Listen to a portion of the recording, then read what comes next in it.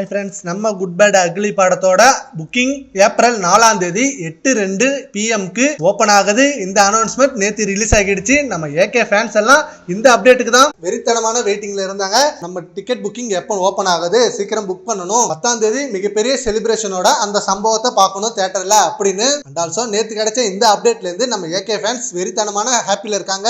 4ஆம் தேதி ticket booking open பண்றாங்க. அண்ட் அது மட்டும் இல்லாம ஏப்ரல் 9th பிரீமியர் ஷோன்னு வேற சொல்லியிருந்தாங்க. அந்த பிரீமியர் ஷோக்கு சீக்கிரமே கன்ஃபார்ம் பண்ணணும். ஒவ்வொரு ஏரியால இருக்க theatre owners also good bad ugly படத்துக்கு செம்ம எதிர்பார்ப்புகளோட வெயிட் பண்ணிட்டு இருக்காங்க. ஏன்னா இந்த படம் மிகப்பெரிய ஹிட் அடிக்கும், எங்களுக்கு மிகப்பெரிய லாபம் கிடைக்கும். ஏன்னா படம் வேற லெவல் ரிவ்யூ வந்திருக்கு. எங்களுக்கு இந்த படத்து மூலமா மிகப்பெரிய இண்டஸ்ட்ரி ஹிட் ஆகும். குட் பேட் அக்லி படம் ஆதிக் ரவிச்சந்திரன் அப்படி ஒரு சம்பவத்தை ரெடி பண்ணி வச்சிருக்காரு அப்படின்னு தியேட்டர் ஓனர்ஸ் ஆல்சோ சொல்லிட்டு இருக்காங்க.